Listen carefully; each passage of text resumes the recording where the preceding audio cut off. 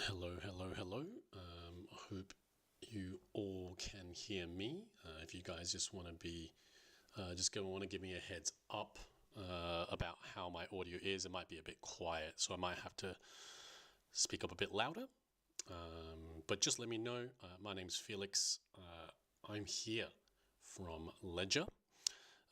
Going to be trying to answer some of the questions that you might have. Just so you know, we're going to be here for not as long as we usually are. If you notice, it's a little bit later than usual. Here for another 20-ish to 30 minutes. But if you guys have any questions, please pop them in the chat. I'll try to get answering everything that all the questions that you guys might have about using your ledger. I'm sure you might have other questions as well, and I can already see some in chat. So yeah, pop those questions in the chat, and I'll try to get them answered as best that I can. So first up, Canis Champion, you just had a quick mention about about Ledger Recover. And you've mentioned, and I think your specific question here, you first of all was that you didn't see how it's possible for the private keys to be safe, and you mentioned the seed being extracted. So one thing to mention is that seeds aren't extracted specifically. But it definitely, I think most of the questions should be answered in the FAQ. If you guys want to jump into the FAQ, which is on our help center, that'll answer a lot of the questions that you might have. And I know you guys will have, as I'm sure you guys have, questions about Ledger Recover. So please, most of the questions should be answered there. You can always check there.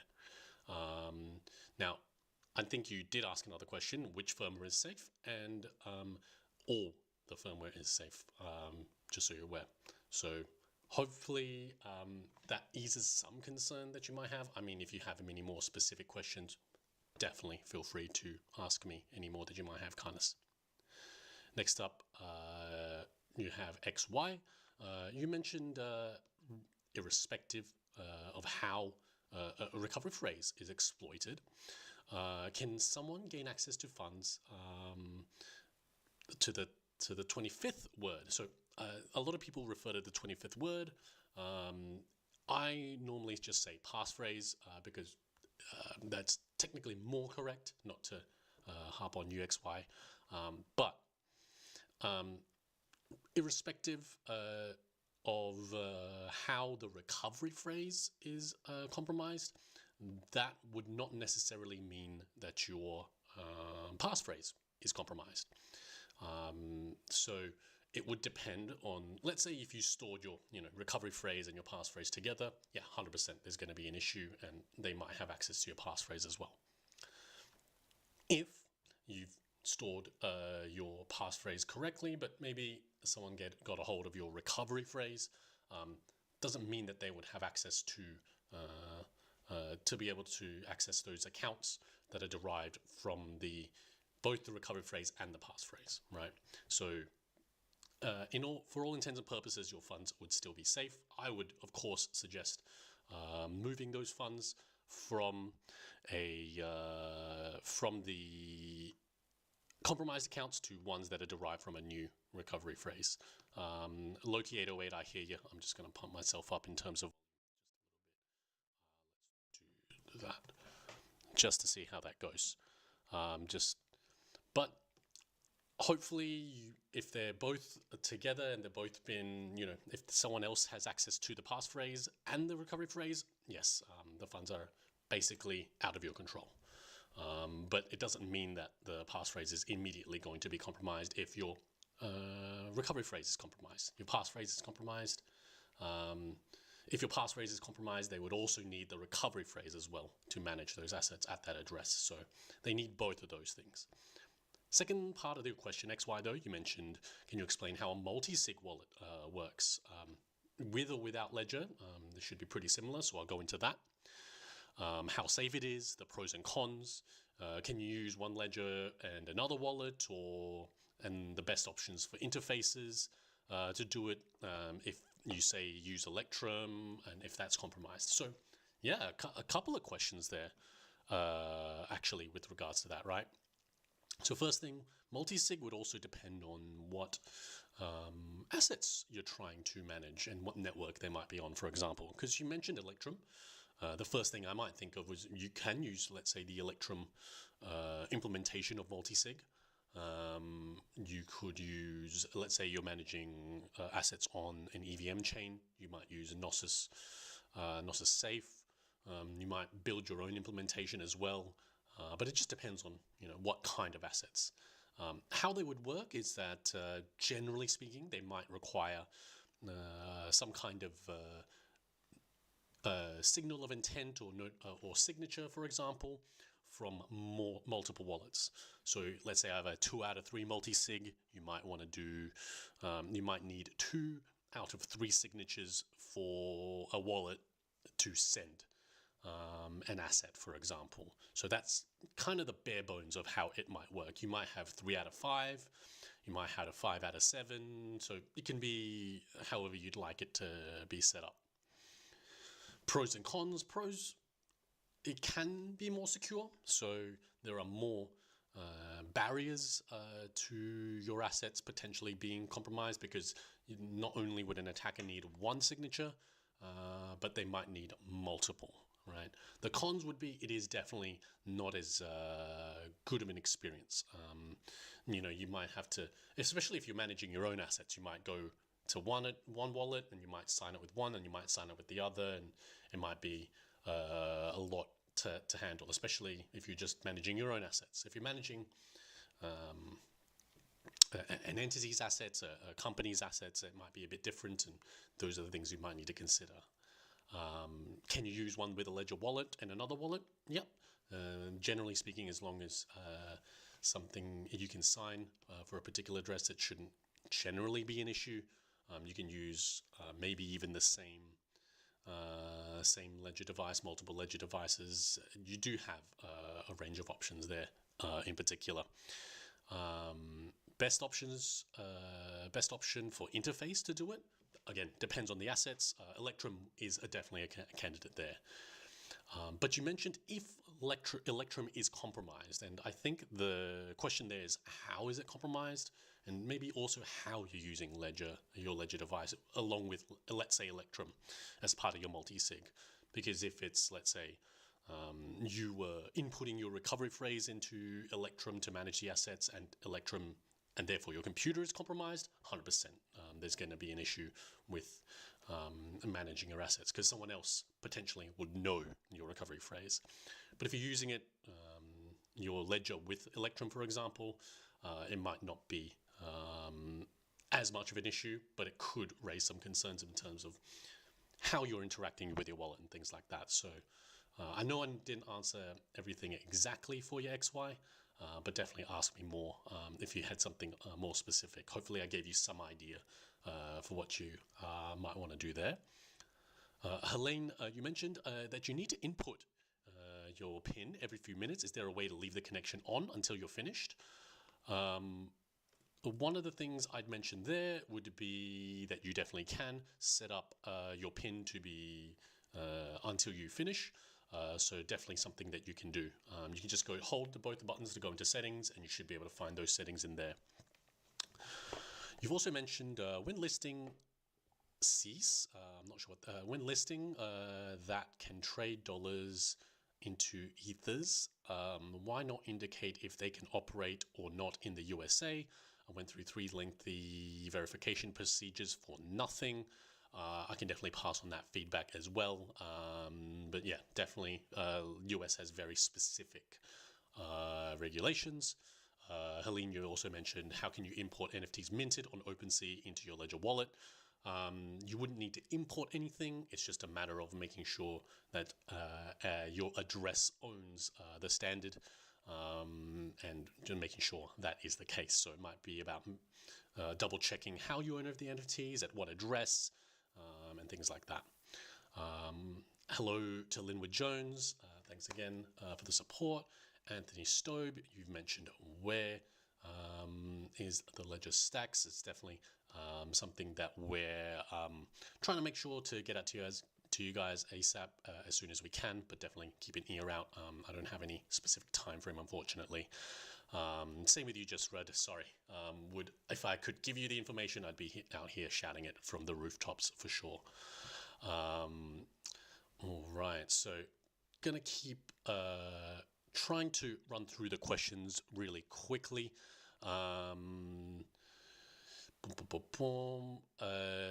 Okay, has shipping started for 4 of the stacks? No, unfortunately, not. You mentioned Shiba Lover. You can't figure out how to get your token from Uphold to your Ledger Nano Nano device, Nano S Plus, I'm assuming. You said you have no AC, so I'm assuming you mean account. Depending on what token you're moving from an exchange, you would just need to make sure you have the corresponding address that's derived from the recovery phrase that your ledger uses. So let's say it's a token on Ethereum EVM. You might want to make sure that you have an Ethereum address, for example, and similar things for similar tokens. So if it's a Binance Smart Chain token, you just need to make sure you have added an account for Binance Smart Chain. They're both EVM though, so they should be pretty. Your Ethereum address and your Binance Smart Chain address would generally be the same. Just to pick up the pace here. Tim Austin, you've got mobile ledger API no longer connecting Bluetooth, can't do anything. I think the first thing I'd be wondering there would be what version of Ledger Live Mobile you're on, Austin. That's definitely the first thing that would come to mind. Maybe if you changed the name for the Ledger Nano X, it might be prudent just to change it back to the original name. If you don't remember it, you can also reset it as well to get to know what the address would be as well. Hopefully, that would be something that should be able to guide you through that process and get you through that process. It sees the device but won't connect. Yeah, that would be also the first thing I'd think of, Austin, in terms of Ledger Live version. Also, the other thing would be if your Bluetooth, if you're using Bluetooth with a lot of other Bluetooth connections around. Ledger Nano X uses BLE, Bluetooth Low Energy, and it might get drowned out with all the other signals as well. Okay, Pap Visions. You mentioned you searched for Ledger, the Ledger list of supported tokens, and found this listing for Vault Inu. I might just double check that because I don't have that straight off the top of my head. But you found the listing. Does it mean that it's supported? I will just check it here first. Generally speaking, yes. Yes, you can see here it is, I would say, supported on Binance Smart Chain. As you can see, Polygon, and I saw Ethereum, I think, as well. You've sent some to your Ledger manager address, I'm assuming, but you can't get them to show up on your account. So first thing would be, which network did you send them on? Did you send them on Binance Smart Chain?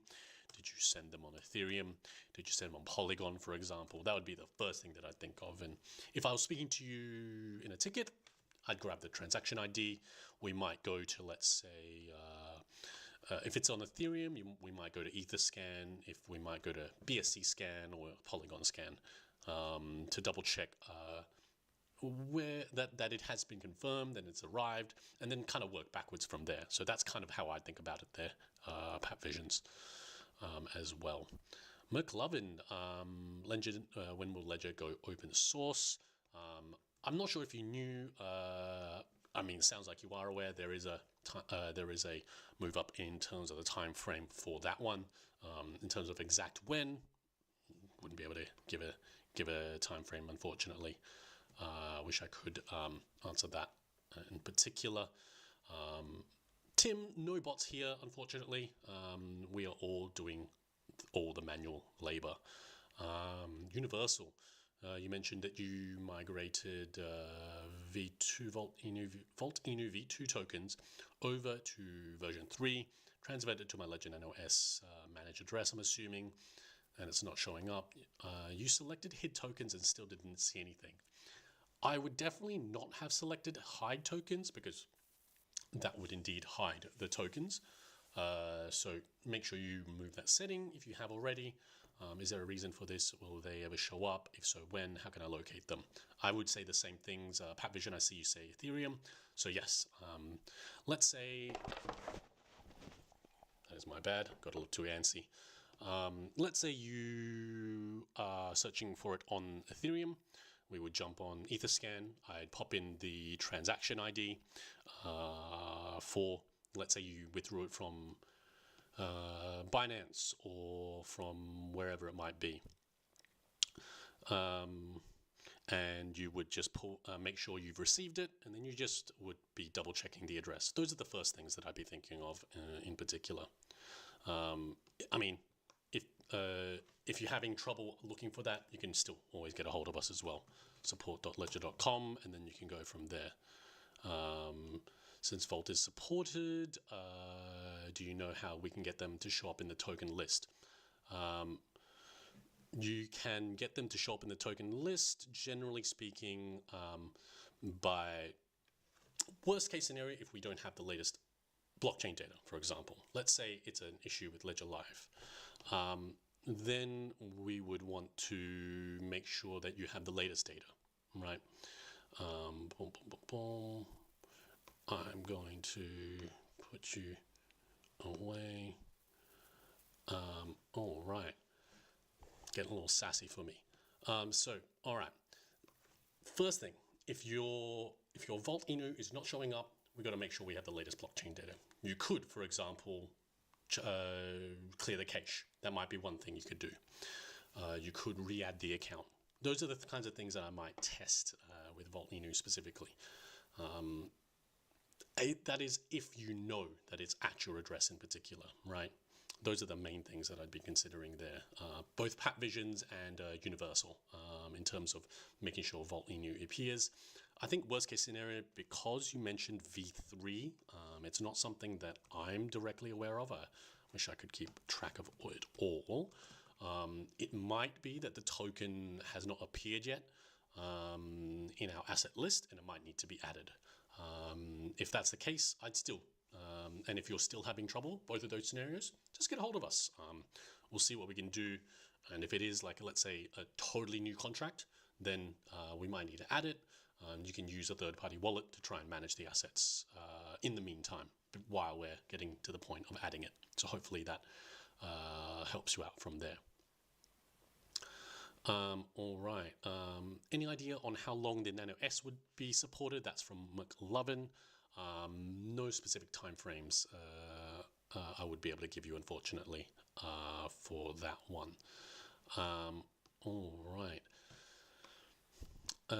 Can you tell me why my Ledger Live will not sync to update my Ledger Nano S firmware to 2.2.1? Because there is no Ledger Nano S does not have the number firmware 2.2.1 if you're looking for that SYN. The latest version, my goodness, right off the top of my head, it was 2.1.0. I'd have to go get it. It's just in my bag. But I don't, the Ledger Nano S isn't up to that version yet, SYN, just so you're aware. All right. Scooby-Doo, if you had some specific questions, I'm more than happy to try and answer them as best I can for you, Scooby-Doo. Keep going forward. I have a blank name. You've mentioned you've been getting Polygon NFTs, as have I. It's definitely a thing. And I've not pursued any, or purchased any, I'm assuming. How do I get rid of these, and are they poised NFTs? So I'm assuming you mean poisoned. So first thing would be those Polygon NFTs, because they're cheap to mint. If you do any transactions on an EVM chain, you're very, very likely to get these random NFTs that are going to be dropped into your account, right? they're not, by themselves, they're not dangerous, right? You having received them doesn't mean that they're dangerous, doesn't mean your assets are at risk. What I'm going to bring up the page for that my colleague actually wrote about address poisoning, and it goes into what they are, generally speaking.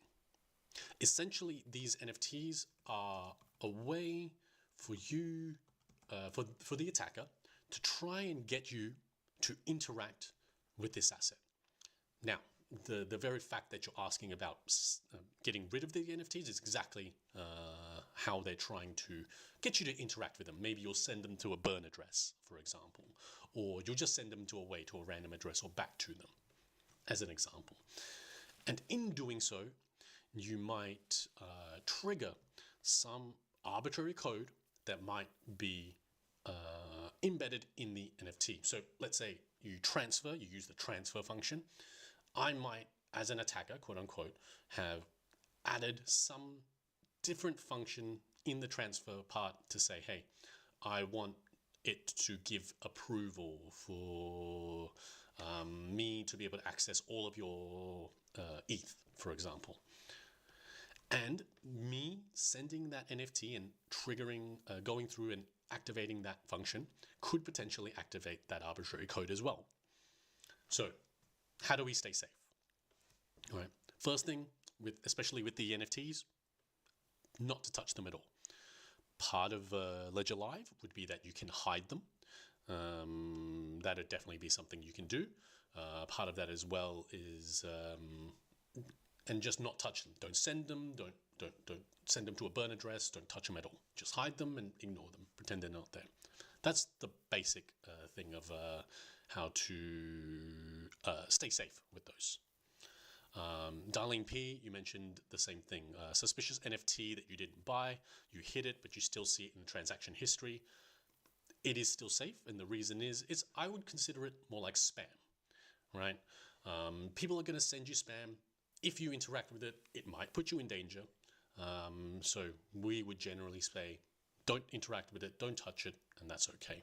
Just because it's in your transaction history doesn't mean it affects your assets as well. It costed them money, or Polygon, for example, to send you an NFT. Pat Visions, you mentioned you're not able to add the Vault token. I would instead just add the address of where you want to, where you're sending it. So if you're sending it to, I think you mentioned Ethereum.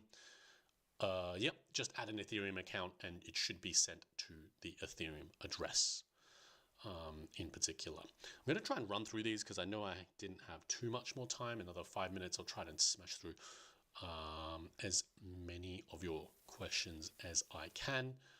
I see someone else had the same issue. Oh yeah, hopefully I answered that all, Darling P. It's still safe, just hide them exactly like you did. You're all good. Why is it happening? It is like spam. They're just trying to get you to interact with it, to trying to get your assets, essentially. Just hide it, you'll be all good. Pat Visions, yes, follow on support. What does don't interact mean? You read the article. Don't interact would mean don't send it, don't try and burn it, don't try and whatever. Hiding it is not interacting with it. When I mean interact, it's just anything on chain, Darling P, just so you know. Aria, excuse me, if I want to buy something from OpenSea, you had my crypto in your ledger. Is it safe if I connect your ledger to MetaMask and buy it straight with my ledger? Generally speaking, it is safe. You would be using your ledger device to sign a transaction with MetaMask as long as you're using the Connect hardware wallet feature. Remember, your assets, your crypto is not on the ledger, it's on chain.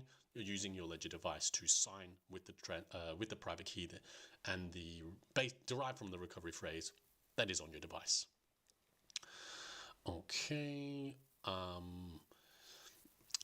Austin, is quantum resistance still valid with a blind soft wallet? I'm not sure what that means, if you could elaborate further, but I would maybe just hazard a guess to answer that and say quantum resistance is the same for hardware and software wallets in general, but I might need more information there.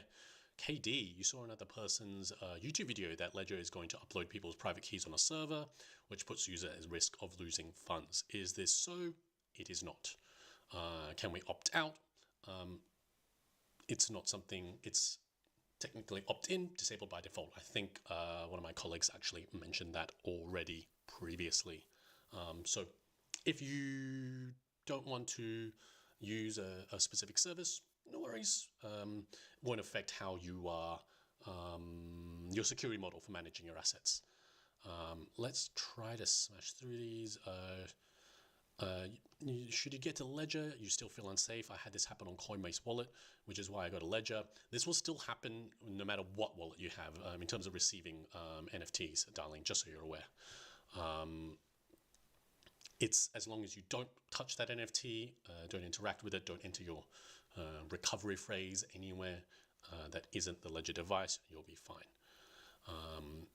Flatmatic, I'm new to Ledger. I want to know how stablecoins work in Ledger Live. They would work exactly the same as any stablecoin would work in general. So no change in terms of that.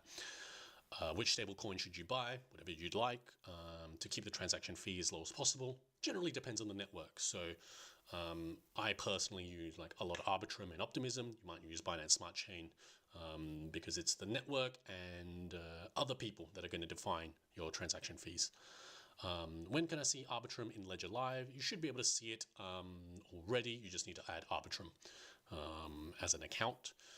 Sin, I have a Ledger Nano X and it will not to 221. I need to migrate my Vault 2 to V3. It shows that I need to update on my app, but it will not sync. Can you help with that? I feel like I might want more details from you, Sin. Get a hold of us, support.ledger.com. It's the kind of thing I'd want to really dive in further. Like, what are you seeing specifically? What are you not seeing? Where are any error messages coming up? And it might be not the kind of thing I can answer right here. Flatmatic, and when the time comes for buying coins, I want to swap or transfer for stablecoin to Sol or anything. So sounds like you would want to consider services that would always be able to switch with Sol.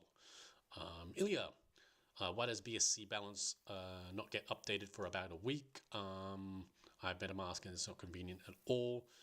Not something that I'm aware of. Get a hold of us because my Binance Smart Chain balances are updating pretty regularly, if not intraday. So it might be something specific to you. So it's dangerous. Loki 808. So it's dangerous to send an unwanted NFT to a burn address. I would say, generally speaking, yes. Darling P, how you can cash out coins on Ledger. You would use a service to cash out, to sell to a fiat currency, more specifically. I might already be over time here. I'm going to try and keep smashing through right to the end. Sorry, guys. But yeah, if you wanted to cash out, you might just use a service, whether that's an exchange. Every time I only get BTC as the option. I'm trying to do this from my app, or should I use PC? If you're doing it within Ledger Live, yes, BTC would be the option. You might want to use Binance, for example, if you want to change to USD or AUD, where I'm from, for example. Lynn Casey, I'm still unsure. I have a Ledger Nano X. When I update, is my seed phrase with Ledger? It is not. Your seed phrase is not with Ledger. Sorry, gonna keep going. MDT not showing dollar amount. Definitely get a hold of us for that one. It might be that it's the value's been disabled. You might need to use a third party to show the actual value amount. Yeah, Daniel, definitely know the mic is quiet. Trying to shout. I hope my neighbors don't kill me. Ledger app showing different amount than on PC.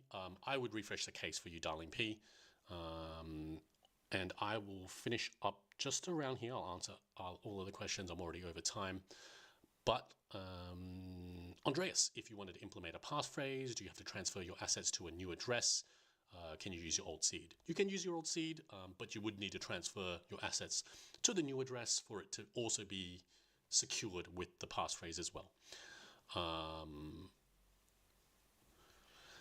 Love Africa, no, that's just not true. HBAR Ninja, you've added Arbitrum, but still can't see it.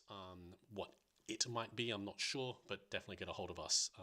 Do you recommend, McLovin, do you using a passphrase to pin of manually entering each time? using passphrase attached to pin instead of manually entering each time. I think it's up to you. I think a lot of people misuse the passphrase. They think it's extra security and they just use the passphrase as the regular account. The passphrase is a plausible deniability account. If someone does a $5 Renture Tank on me, I can show them a passphrase account and say, hey, this is the amount of money that I have. I'm going to give it to you, and the rest I can keep for myself as well. So that's kind of how I would think about it.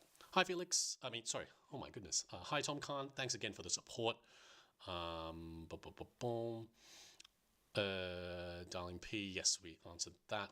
And yes, Dean, I definitely know the volume is very low for today, but I'll keep it, but I'll boost up that volume for next time. And to you, Danielle.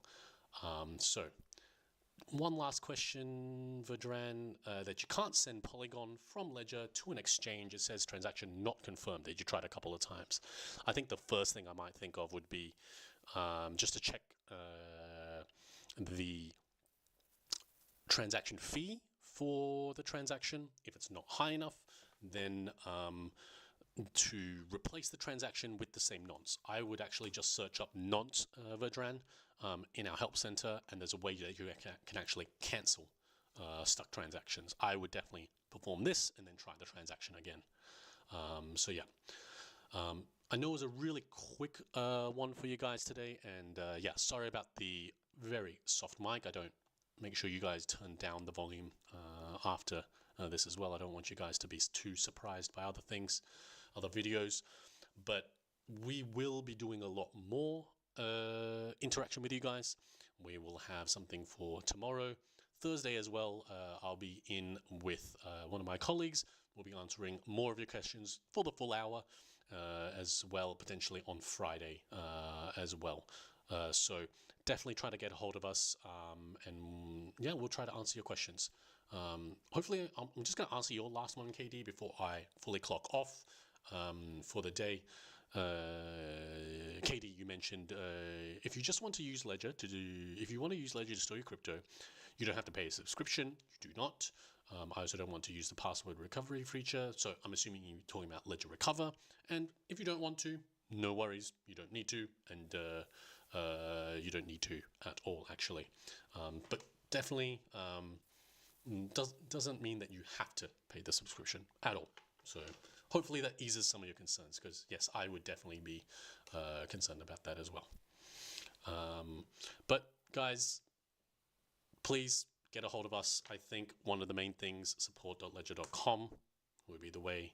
I'm sure you guys had a lot more questions, being that this was only half an hour.